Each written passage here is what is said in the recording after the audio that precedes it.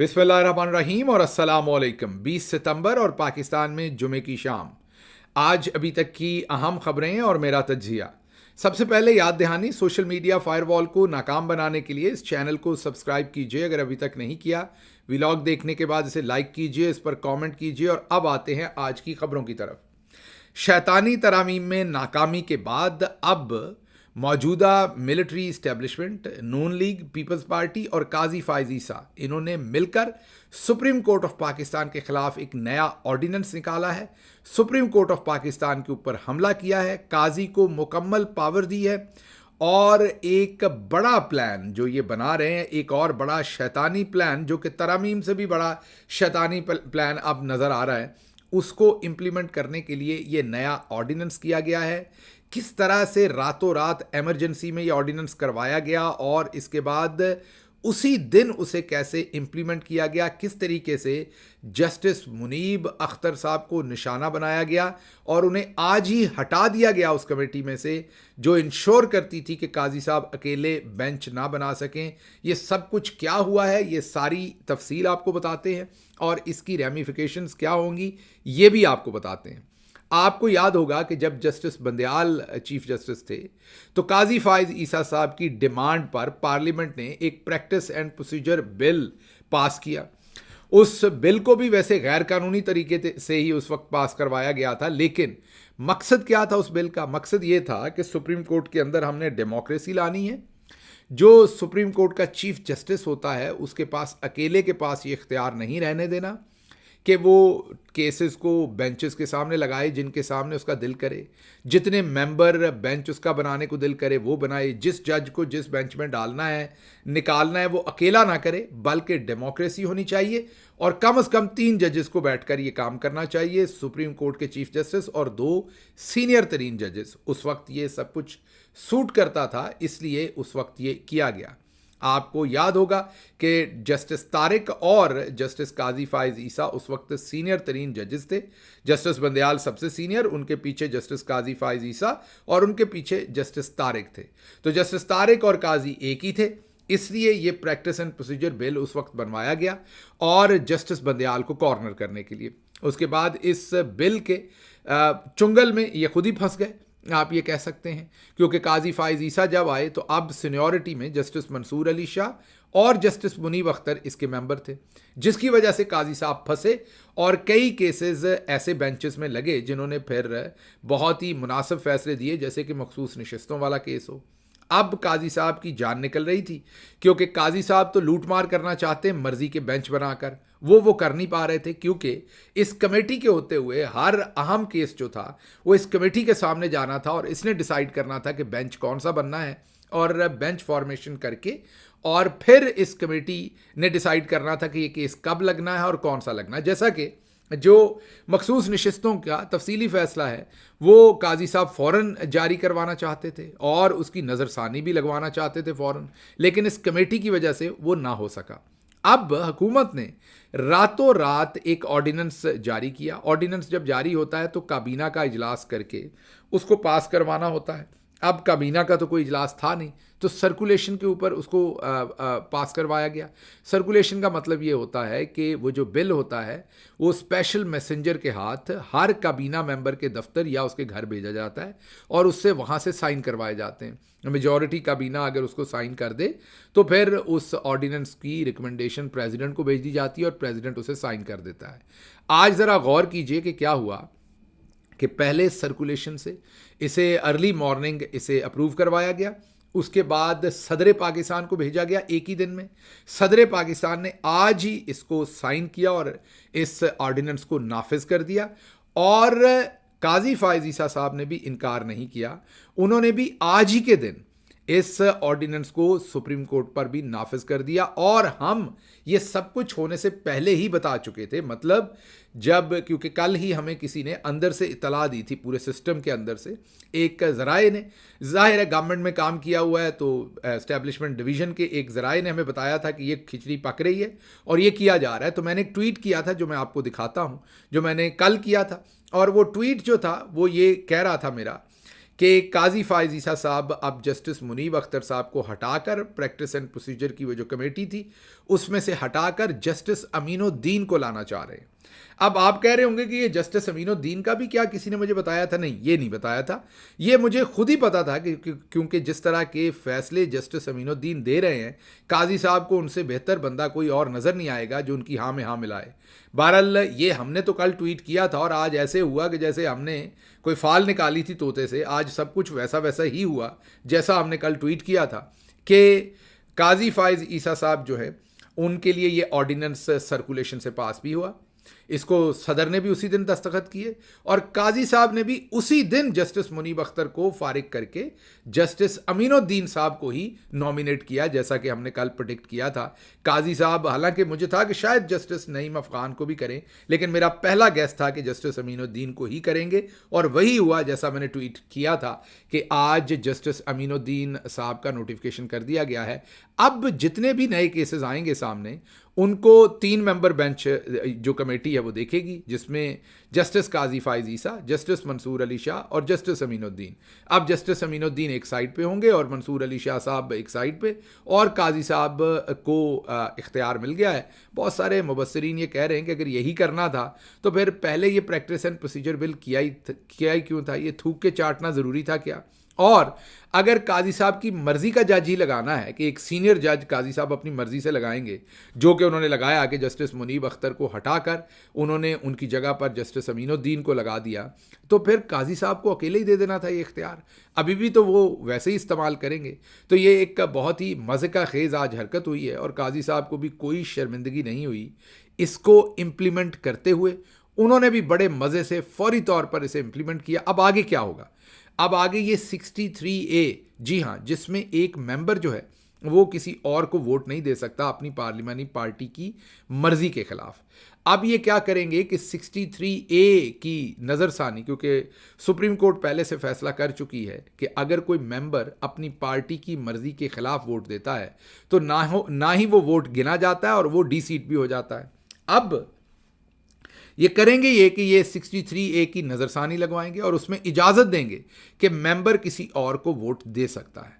उसके बाद फिर ये उस वजह से फिर ये जो आईनी तरमीम है ये पास करवाने की कोशिश की जाएगी। तो ये आज सुप्रीम कोर्ट ऑफ पाकिस्तान के ऊपर शब खून मारा गया है, जो इम्प्लीमेंट भी आज ही एग्जीक्यूशन उसकी शुरू हुई और आज ही उसकी इम्प्लीमेंटेशन हुई और काजी साहब को अब सुप्रीम कोर्ट के अंदर मजबूत किया गया है और उनको फ़र्द वाहिद बना दिया गया है कि वो वहाँ से जो मर्जी फैसले करें। दूसरी तरफ क्या हुआ है वो भी आपको एक इंटरेस्टिंग सिचुएशन बताते हैं। सुप्रीम कोर्ट ने जो फैसला दिया था वो फैसला हतमी था, फाइनल था, जिसमें उन्होंने 41 MNAs जो थे उन्हें PTI का डिक्लेयर कर दिया था और 39 को कहा था कि वो बयान हल्फी दे दें और वो भी PTI के हो जाएंगे। तो यूं 80 के करीब MNAs जो थे वो PTI के हो गए।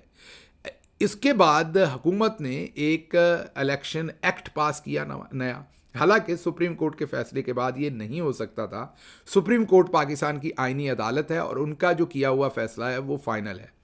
आज उस फैसले की धज्जियां उड़ाते हुए स्पीकर कौमी असम्बली ने PTI का वजूद दोबारा से पार्लियामेंट के अंदर से ख़त्म कर दिया। ये भी हमने ट्वीट किया था पहले से, इसका भी हमें ज़राए से पता चला था कि क्या साजिश है। ये ट्वीट भी मैं आपके सामने स्क्रीन पर रख रहा हूँ कि ये साजिश है क्या। अब ये साजिश ये है कि ये दोबारा नून लीग, पीपल्स पार्टी और मिलिट्री इस्टेब्लिशमेंट मिलकर काजी फायज ईसा के साथ अब करेंगे ये कि पाकिस्तान तहरीक इंसाफ को हटाएंगे असम्बली में से। मखसूस नशिस्तें जो हैं उस पर सुप्रीम कोर्ट के फैसले को नहीं मानेंगे और मखसूस नशिस्तें उन्हीं पार्टीज़ को दे देंगे जिनको पहले दी हुई थी और उसके बाद उस बेस के ऊपर KP में सेनेट इलेक्शन करवाएंगे। उस सेनेट इलेक्शन में फिर पैसा चलाएंगे, वहाँ पर दोबारा जालसाजी करेंगे उस इलेक्शन में और वहाँ से जो PTI की सीटें बनती हैं उससे PTI को महरूम करने की कोशिश करेंगे। ज़्यादा नंबर ऑफ़ सीट्स वहाँ से दूसरी पार्टीज़ को देने की कोशिश करेंगे और इस तरीके से जो 2/3 मेजॉरिटी इन्हें नहीं मिल रही आईनी तरामीम के लिए, उसको इस चोर दरवाजे से हासिल करेंगे और फिर उन शैतानी तरामीम को लॉन्च करेंगे, उन्हें अप्रूव करवाएंगे और फिर सुप्रीम कोर्ट के ऊपर एक और अदालत बनवाएंगे और काजी फायज ईसा को अगले 3 साल के लिए हमारे सर पर इस अदालती अलाइश को फिर से बैठा देंगे। तो ये वो मकसद है जो मैंने एक और ट्वीट के अंदर कल ही आपके सामने रखा था, ये भी अब होता हुआ नजर आ रहा है। अभी अगले चंद दिन में आप देखेंगे कि ये भी अनफोल्ड हो जाएगा। अब ये यहां पर आज पहला इसकी कड़ी आज की गई है थोड़ी देर पहले। वो क्या की गई है कि स्पीकर कौमी असम्बली ने खत लिखा है इलेक्शन कमीशन को और उसमें नई पार्टी पोजीशन वाजे की है, जिसके मुताबिक पीटीआई को असम्बली में से ख़त्म कर दिया गया है। तमाम मेंबर जो 80 के 80 मेंबर्स हैं उनको सुन्नी इत्तेहाद कौंसिल का रुकन जाहिर कर दिया गया है। 8 आज़ाद मेंबर्स बना दिए गए हैं तहरीक इंसाफ के, और बाकी पार्टीज़ को रुकन दे दिए गए हैं जो नून लीग और पीपल्स पार्टी वो हैं। तो मखसूस नशिस्तें अब इसी तरीके से जो हैं वो अवार्ड की जाएंगी। अब जो आज़ाद उम्मीदवार हमारे बनाए गए हैं वो बैरिस्टर गौहर हैं, उमर अयूब साहब हैं, अली असगर साहब हैं, असलम ब्रिगेडियर असलम घुम्मन है, ज़हूर कुरैशी हैं, औरंगज़ेब खिची हैं, मुबारक ज़ेब हैं और चौधरी उस्मान हैं। इनको आज़ाद मेंबर डिक्लेयर किया गया है और सुन्नी इत्तेहाद के 80 मेंबर डिक्लेयर किए गए हैं। और बाकी पार्टीज़ के जैसे कि मुस्लिम लीग नून को 110, पीपल्स पार्टी को 69, MQM को 22, मुस्लिम लीग काफ 5, IPP 4, मुस्लिम लीग ज़िया 1, बाप पार्टी जो है 1, नेशनल पार्टी 1, इस तरह से टोटल 213 सीट्स यहाँ पर हुई।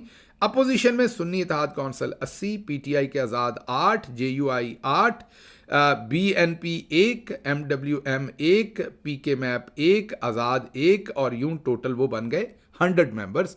ये स्पीकर ने नई सफ़बंदी की है। ये सुप्रीम कोर्ट ऑफ पाकिस्तान का जो फैसला है उसको एक किस्म का जूते की नोक पर रखते हुए डस्टबिन में फेंका है स्पीकर ने, जो कि वो कर नहीं सकते लेकिन उन्होंने किया है। अच्छा जी, आगे चलते हैं। आगे जो हमने आपको बताया था कि DGISI की तब्दीली हो रही है, वो ख़बर काफ़ी हद तक दुरुस्त है। और जैसा कि हमने आपको खबर दी थी कि उसकी तरफ वो शुरू में असद तूर साहब की खबर थी, हमने भी बाद में आपसे वो शेयर की थी, वो खबर अब होते हुए नज़र आ रही है। उसमें भी तब्दीलियां हमें होती हुई नज़र आ रही हैं कि DGISI नए जो हैं वो मुकर्रर होने जा रहे हैं। उसकी जैसे ही तफसील पूरी आती है वो भी आपके सामने रखते हैं। अब हम अगली खबर की तरफ आपको लेकर चलते हैं और वो है लाहौर से जलसा। पाकिस्तान तहरीक इंसाफ का कल आपको पता है बड़ा जलसा होगा और ये जलसा जो है मीनार पाकिस्तान पर करना था। इंतज़ामिया इसकी इजाज़त नहीं दे रही थी।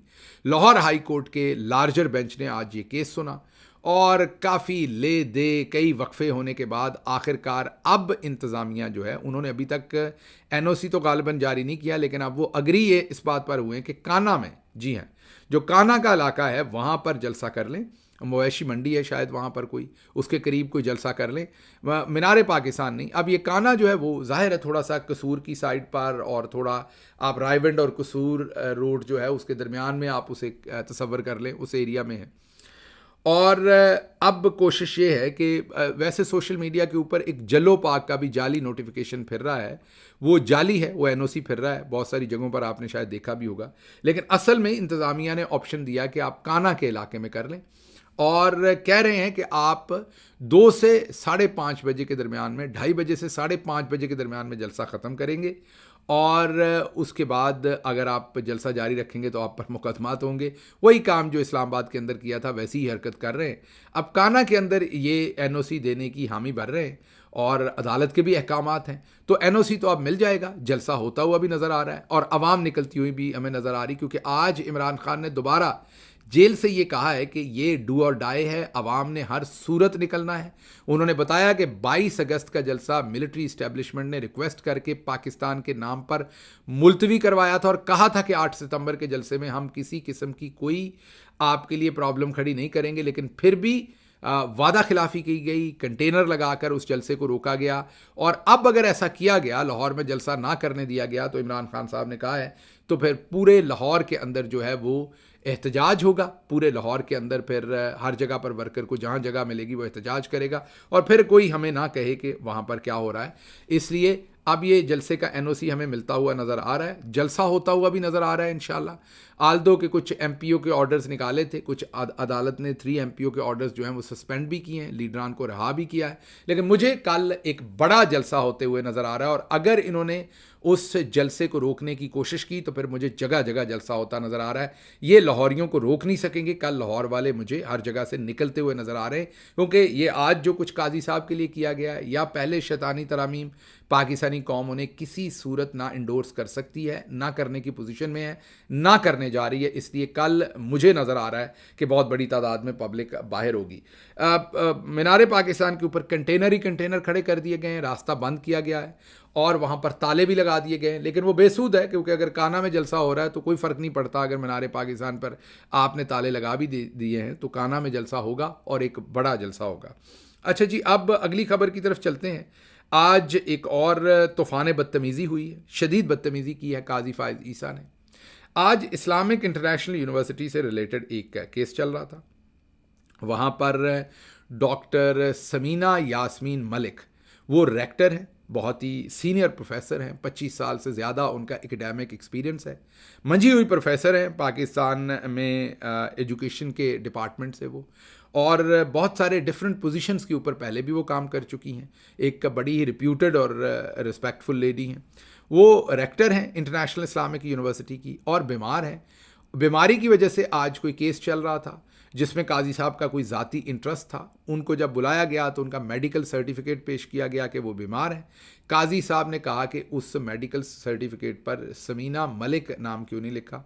उनका पूरा नाम डॉक्टर समीना यास्मीन मलिक है, उस पर नाम प्रोफेसर डॉक्टर समीना यास्मीन लिखा हुआ था। काजी साहब ने कहा कि वो जितनी भी बीमार हैं उनको भले एम्बुलेंस पे लाओ, उन्हें अदालत लाओ। उन्हें व्हील चेयर के ऊपर अदालत में पेश किया गया।